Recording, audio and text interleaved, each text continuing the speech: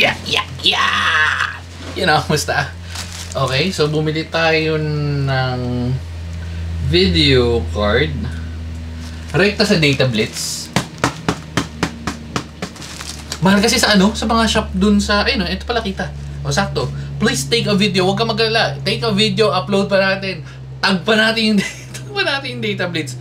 Pag bumili tayo sa shop nila, dito sa Siapi, so nakuha natin to ng 81 something, pero since may shipping fee na 119 lang, and then 24 hours, legit na 24 hours. So kumbaga nag-order ako kahapon, walang status for all throughout the day, pero kinabukasan may nakuha ko. Hindi naman 24 hours na nakuha ko, parang siguro mga 32 hours siguro, pero nakuha ko rin agad. So Asus Prime 5080. Ay no, kita mo, pag dito tayo kumukuha, ang presyo niya medyo mas mataas eh. Wala kasing Data Blitz dito, meron ba? Usually naglalaro to sa nasa 90, mga ganun. Data Blitz. Walang Data Blitz dito. Pero yun na nga. So bumili tayo rekta sa shop nila. Ito yun pala yung dito sa website na to, hindi ko lang mapapakita yung yung dami kong no. Ayun to. Wait lang, baka kasi may address. Feeling ko, nag-log out. Wait, naka-login pala ako kusa. Login. Okay. So ayun na. Ayun 8269. Again, ang binayaran ko lang ditong shipping, wait lang. May lumalabas ba? Lumalabas. Wala. Okay. Baka kasi may lumabas na may address kasi. Ito sa ilalim pala. So ayun ang binayaran ko lang shipping is 119. Order natin 31, dumating ng 2. So more than 24 hours, pero still, gantay ka lang ng onte. Nagtanong kasi na ako ng tatlong Data Blitz sa MOA, sa may Ayala Mall, saka dun sa anong lugar to? Basta, so tatlong Data Blitz, wait, may 5080 sila, pero yung Zotac tsaka yung ibang brand, wala lang. Medyo ako medyo loyalist ako. Saka medyo tag dito. Anong tag dun? Yung pag isang brand, basta, yung ganun. So, naka Asus Prime board tayo na 790p. So, wala lang. Feel ko lang na ganito. Although, Zotac na naman yung nakakarga ngayon. So, ang mangyayari, yung Zotac na yan, ililipat natin yung back. Tapos, upgrade din natin yung PC niya. Basta, yun na yun. Anyway, so, unbox natin to.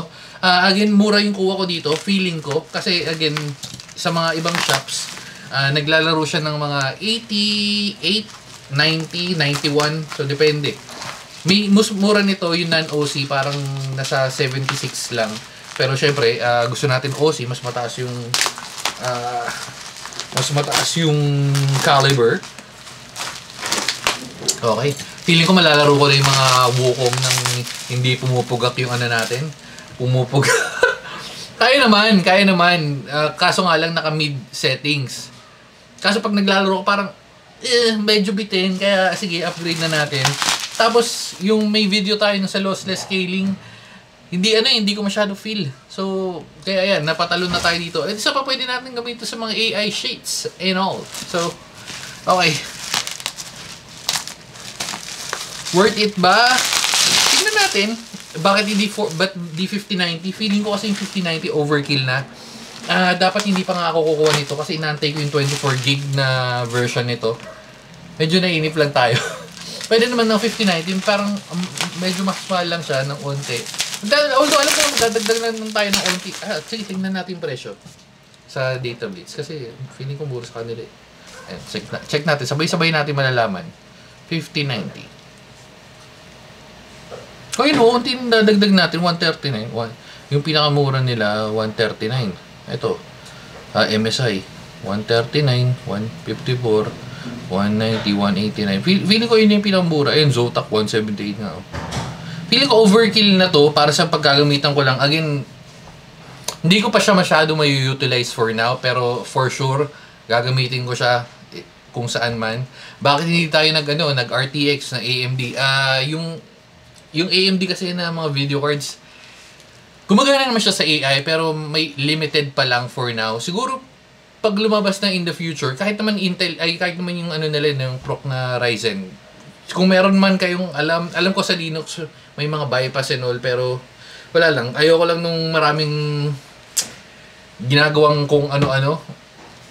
Siguro dati, mga panahon na marami akong oras, pero ngayon, limited yung oras natin, kaya nag-stick tayo sa Intel, Nvidia combo. Ayan. So, muna na tayo dito. Wow, nice one. Nice one. Nice one. Napakaganda. Okay. Ready na ba yung ano ko, yung computer natin? Yes. Kasi originally nakasaksak na power supply dyan is 750.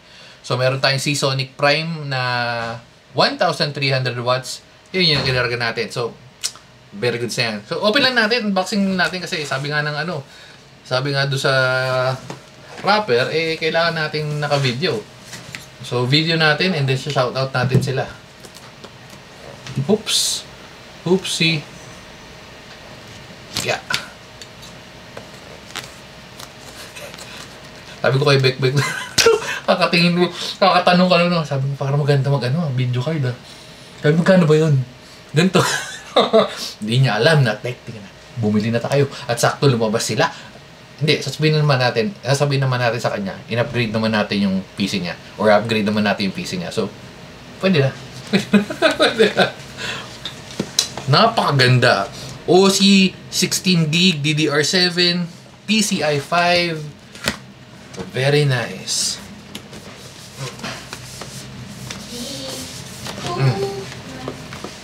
Ako, ayan na. Ayan na siya. Magtatanong yan ng ano yan? Ano? Ano yan? Ano? Keyboard. Keyboard to. Bilang mo on The Sims. Sige, bibilang kita The Sims. Okay na, The Sims lang. Ay mo tanggal, men. Tagalin na natin yung dito. So, dagdag na naman box siya sa mga gilid yung box sa mga ano yan. Video card. Uy. Ayoko masira. Sayang yung value ng box. Lipat lang natin. Fast forward na lang natin itong mga part na to.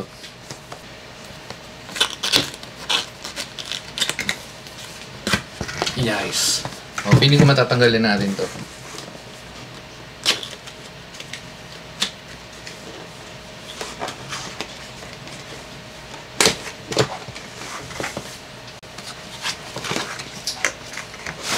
Nice one. Okay. Tignan mo, napaka premium looking shape niyan. Ito mo naman, makaganda. Kaganda. Wala. Open sesame. Nice, no? Card, warranty card. Parang mga dating video, walang ganito. Ngayon meron ng pagganto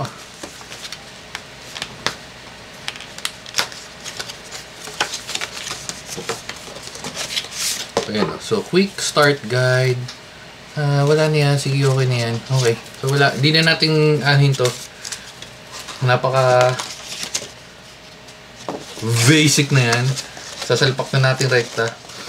Sakto yun, i-format ko rin naman yan kasi magpapalit tayo ng 4 tera. So, papalitan na 4 tera na main, tapos 2 backup. Meron naman kasi tayong NAS, pero wala lang. Share ko lang. Okay. Dito na tayo sa main events. Wow, nice one.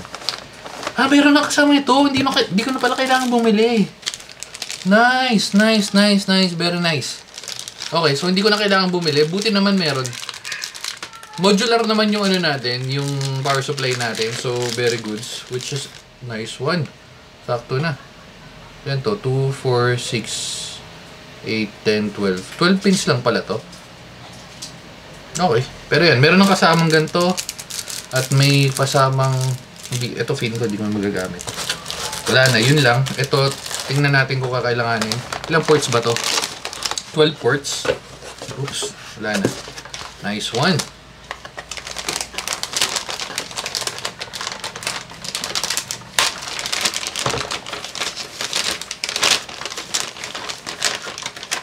Ang tanong, kakasya ba? Hindi kasya. Bakit di kasi kasya? Napaka... Ang bango. Hindi ko mapapaamoy sa inyo, pero ano nyo lang, singhotin nyo. Bango. Nice. Okay. So, ilang pins. Nasaan na? Yung power. Hindi ko makita. Ah, ito. Yan, sakto. Ito pala. Sa likod. Ito, sa likod. So, 3. Ang takaw nito, ah.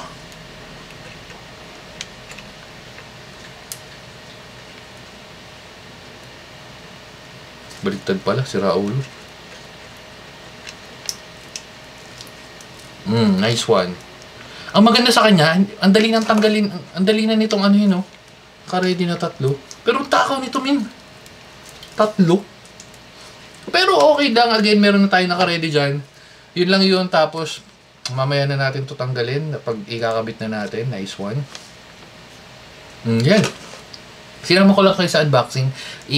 Isa-set up ko na to. Pagkatapos, medyo marami-rami pa kasi akong gagawin for today's video.